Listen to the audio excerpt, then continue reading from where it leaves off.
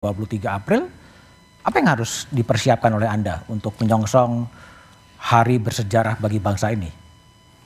Ya, kita menunggu saja karena segalanya sudah kita hadapkan ke ruang sidang dan segala upaya sudah dilakukan. Biarlah hakim dalam suasana puasa ini, suasana lebaran, untuk merenung apa yang mereka lakukan untuk kepentingan bangsa dan negara. Saya kira itu. Dan mewaspadai lebaran itu justru malah. Iya. Kenapa harus diwaspadai? Ya, enggak, maksud saya begini. Jadi dalam suasana akhir Ramadan, suasana lebaran, biarlah mereka untuk berenung. Apa yang harusnya mereka lakukan kepentingan bangsa dan negara.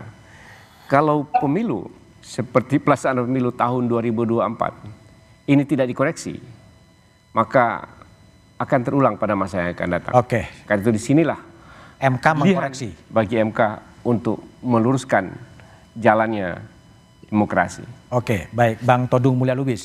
Apa yang Anda kerjakan oleh tim hukum dari Ganjar Mahfud agar asumsi atau frame bahwa terjadi pelanggaran yang terstruktur, sistematis dan masif itu terjadi? Apa yang mau diyakinkan hakim bahwa itu memang betul-betul terjadi sebetulnya? Ya, secara formal menurut hukum acara MK kita hanya punya satu kesempatan, yaitu ketika kita menyampaikan kesimpulan. Nah, kesimpulan itu akan sangat sederhana karena kita sudah menguraikan secara sangat detail pada permohonan PHPU yang kita sampaikan kepada Mahkamah Konstitusi. Misalnya mengenai nepotisme yang menjadi akar dari semua persoalan ini. Nepotisme yang menimbulkan abuse of power terkoordinasi. Nah, turunannya apa? Turunannya itu salah satu bansos tadi, portfolio politik. Turunannya apa? Kriminalisasi kepala desa. Turunannya apa? Itu intimidasi. Kemudian pengangkatan pejabat-pejabat yang ditempatkan di daerah-daerah untuk membantu pemenangan paslon tertentu. Nah, semua ini sudah kita uraikan. Nah, kami berharap ya, menteri yang akan dihadirkan ini akan memberikan insight ya, informasi A1 yang memberikan penguatan kepada Mahkamah Konstitusi, kepada Majelis Hakim. Kami hakul yakin, nah saya setuju dengan Bung Hamdan Zulfa, Majelis Hakim, hakim-hakim yang mulia ini akan menggunakan waktu ini untuk bertanya pada hati kecilnya, hati nuraninya. Dia mau berbuat sesuatu untuk bangsa ini, memperbaiki bangsa ini, untuk sejarah kita masa depan, untuk anak-anak dan cucu-cucu kita masa depan. Nah, saya percaya kesadaran itu ada kalau melihat indikasi-indikasi dan apa yang mereka perbuat selama ini. Paling tidak buat saya yang ikut di sidang pengadilan di Mahkamah Konstitusi, saya merasakan suasana atau environment lingkungan yang tidak seperti yang dulu saya temukan pada Mahkamah Konstitusi. Jadi saya punya alasan untuk percaya bahwa ada breakthrough, ada terobosan. Apakah nanti di tengah-tengah dengan kecewa? Ya, saya tidak ingin kecewa. Oh, tidak. Saya tidak ingin kecewa. Saya punya optimisme. Tapi siap kecewa. Ya, kita sebagai demokrat mesti siap menang dan kalah. Tapi paling tidak saya yakin saya akan menang. Walaupun mungkin menangnya tidak total ya. Oke, baik. Bang Frit Edward Siregar. Jadi apa persiapan dari tim hukum 02 termasuk kesaksian besok itu di sidang mahkamah setelah kesaksian dan bukti-bukti terungkap di persidangan? Ya, sebagai pihak terkait kami tentu saja mendapatkan keuntungan sebagai orang yang paling terakhir merespon. Jadi kami sudah mendengar apa yang disampaikan oleh Paslon 1 dan Paslon 3. Kami bisa melihat di mana kelemahan-kelemahan daripada ahli dan saksi yang disampaikan. Tentu saja itu akan kami respon besok, Bang, dalam ahli dan saksi yang kami sampaikan. Saya hanya mau mengeko apa yang disampaikan oleh Paslon 1 dan Paslon 3 dalam berbagai kesempatan. Mari kita serahkan kepada Mahkamah Konstitusi. Dan kami juga percaya, mari kita serahkan kepada Mahkamah Konstitusi. Dan mari kita juga kembali bahwa Undang-Undang Mahkamah Konstitusi dan Undang-Undang Pemilu merupakan implementasi ataupun turunan dari konstitusi kita. Jadi kami tentu saja bersiap dengan apapun jawaban ataupun apapun putusan yang diberikan oleh Mahkamah Konstitusi, dan kami percaya apapun putusan itu akan membawa kita dalam proses demokrasi yang sudah kita lakukan bersama-sama. Oke, baik. Prof Sigit, kalau Prof Sigit dari UGM melihat kesaksian dari 4 menteri pada hari Jumat, itu kan juga pada satu sisi harus setia kepada Presiden Jokowi, ya pada sisi lain juga dihadapkan pada sebuah sidang mahkamah yang mungkin menuntut apa sebenarnya yang terjadi. Ada dilema seperti yang dirasakan Prof Sigit? Ya, saya kira gini Pak Budiman, kita kembali kepada tema atau titel acara ini ya. Ini kan uji nyali. Jadi menurut saya kesaksian dari para pejabat negara yang akan dihadirkan di sidang Mahkamah Konstitusi itu juga merupakan bagian dari uji nyali. Artinya begini Mas Budiman, apakah dengan melihat fenomena yang sekarang ini dari sudut hukum, dari sudut institusi, kita menghadapi situasi di mana ada hipokrisi, ada manipulasi, dan ada distraksi di sisi hukum maupun di sisi kelembagaan. Dan ini bukan hanya menjadi kepedulian dari masyarakat atau warga negara Indonesia, bahkan masyarakat global pun memperhatikan ini. Kita tahu di sidang Komisi HAM PBB, apa yang terjadi di negara kita itu dipertanyakan. Nah, ini adalah menurut saya kesempatan, tetapi juga merupakan uji nyali, bukan hanya pada hakim konstitusi, tapi juga para pejabat negara dan juga bagi bangsa Indonesia. Ada 3 kemungkinan, Mas Budiman. Pertama, mungkin kita akan terima aja keadaan ini. Artinya, ya sudahlah, kita terima, kita menyelesaikan. Nggak peduli pada nilai, nggak peduli pada bagaimana amanah konstitusi dan yang kedua adalah, kemungkinan kedua ada pelajaran sejarah, situasi ini suatu saat akan meletus. Akan menjadi situasi kaotik baru.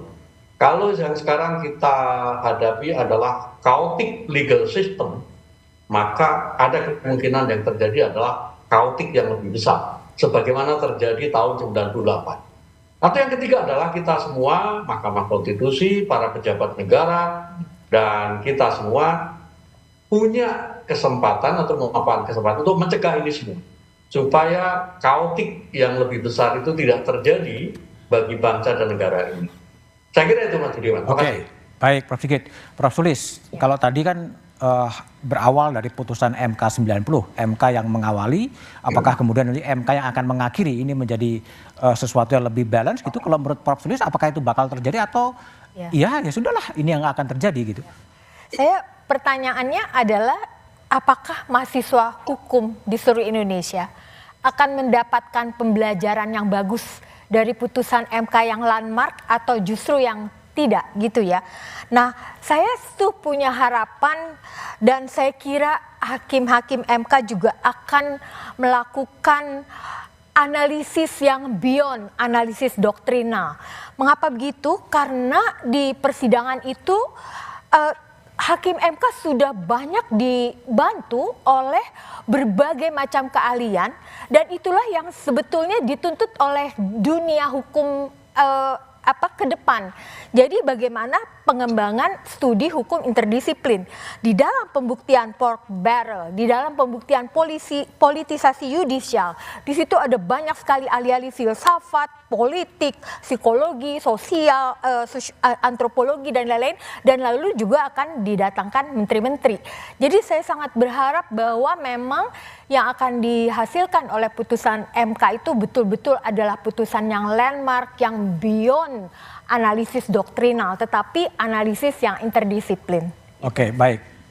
Pak Maru, jadi kalau Anda di MK ya, 90 menjadi awal dan kemudian ada potensi, ada peluang untuk kemudian melakukan reposisi. Konfigurasi hakim MK sekarang yang 8 orang ya, karena Pak Anwar Usman tidak ikut dalam sengketa, itu seperti apa sih sebetulnya? Ya, kalau secara konkret atau pasti saya tidak bisa mengatakan, tapi beberapa saya kenal betul, mereka memiliki integritas yang tinggi. Tetapi beberapa yang sangat saya membuat kecewa itu ketika putusan 90 itu terjadi, yang dalam audit saya itu sangat-sangat jelas betul apa yang tersimpangi di dalam pengambilan keputusan.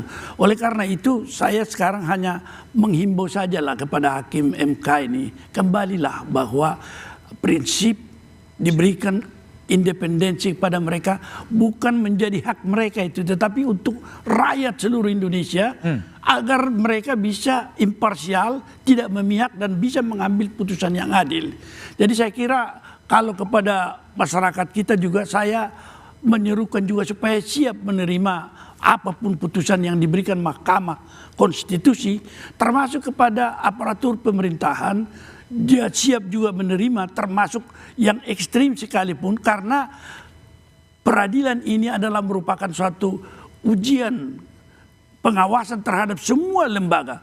Sudah lama dikatakan bahwa manusia, masyarakat tidak ada yang menjadi malaikat kan? Kalau malaikat semua tidak perlu pemilu, tidak perlu pemerintahan.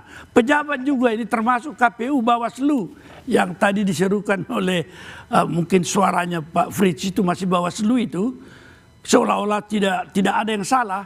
Mereka juga bukan malaikat. Oleh karena itu berikan kepada MK kesempatan pada last instance mengawasi semua itu dan mengambil keputusan. Termasuk juga seruan kita, tentu saja kalau ada putusan MK misalnya yang mengabulkan, apakah dia setengah itu misalnya Gibran didiskualifikasi, semua jangan terkejut. Kita terima dengan biasa dan kita akan melakukan tanpa suatu side effect betul. Tetapi MK sekali lagi saya akan serukan juga impact analysis terhadap putusannya juga harus ditimbang. Nah inilah saya kira yang bisa saya katakan. Harapan saya sih putusan nomor 90 itu saya katakan the fruit of the poisonous tree yang mengalir di sini harus dinetralisir sehingga tidak terjadi apa yang dikatakan oleh Pak Magnis. Kita semua sudah kehilangan etik yang justru membedakan kita dari binatang. Kalau Prof. Maru pernah berada di Mahkamah Konstitusi, dengan suasana kebatinan yang ada sekarang dengan 8 hakim konstitusi, terbuka kemungkinan untuk memerintahkan untuk pemilu itu diulang? Saya kira terbuka. Terbuka dasarnya apa? Ya, apa yang saya katakan tadi, bahwa kalau misalnya bukti-bukti itu, meskipun ada yang melihat, ada yang meleset, ada yang menonjol, tetapi bukti itu ada satu yang belum kita bicarakan, petunjuk yang merangkaikan semua ini bukti sehingga mencapai satu kesimpulan, meskipun ada yang meleset atau ada bukti yang kemudian tidak tepat atau ada saksi yang mbalelo, itu semua bisa nanti terlihat di dalam kerangka merangkaikan semua alat bukti itu dengan disatukan dengan petunjuk-petunjuk akan sampai kepada kesimpulan. Oke, Zainal Arifin Muhtar, sejauh mana Anda lihat probabilitas dari 8 hakim konstitusi berani mengambil sebuah putusan yang progresif, termasuk untuk memerintahkan untuk pemilihan suara ulang? Kalau pembagian saya tadi terhadap 3 jenis hakim itu, saya terus terang agak pesimis.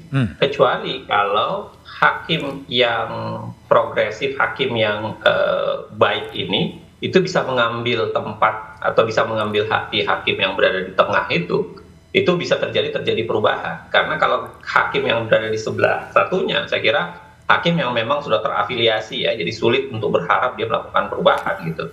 Tapi saya kira kemampuan hakim baik untuk bisa mengambil yang di tengah ini akan menjadi sangat menentukan. Itu yang pertama. Yang kedua, tergantung betul pemahaman para hakim soal makna keadilan pada akhirnya.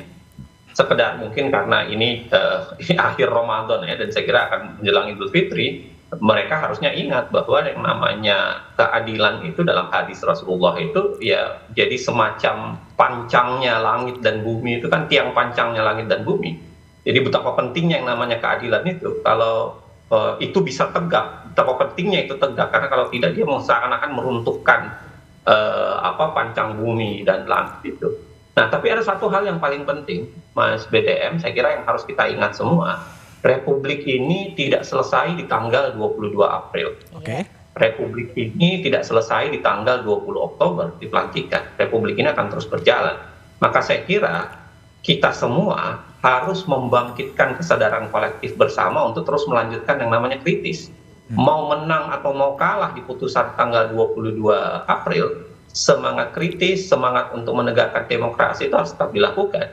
Karena ya seperti yang sering saya bilang, demokrasi itu bukan tidak kenal kekalahan, tapi demokrasi itu tidak kenal lelah untuk melakukan perjuangan. Maka saya kira menjadi penting untuk kita semua mencamkan bahwa membela demokrasi itu bukan sprint, tapi sebuah proses maraton. Jadi dia tidak berakhir di tanggal 22 April, atau kemudian berakhir di 20 Oktober, tapi seharusnya terus-menerus dipakai bahkan sampai 2029, bahkan pasca 2029 ke depan. Oke, itu konsekuensinya adalah masyarakat sipilnya tidak tertidur ya. Thank you Uceng, Prof. Sigit, Bang Frits, Bang Hamdan, Prof. Sulis, dan Pak Maru, dan Bang Todung Mulya Lubis telah bergabung di satu meja The Forum. Kontroversi pemilu presiden 2024 diawali putusan kontroversial dari Mahkamah Konstitusi yang cacat etik. Sengketa pemilu presiden 2024 adalah kesempatan sekaligus momentum bagi MK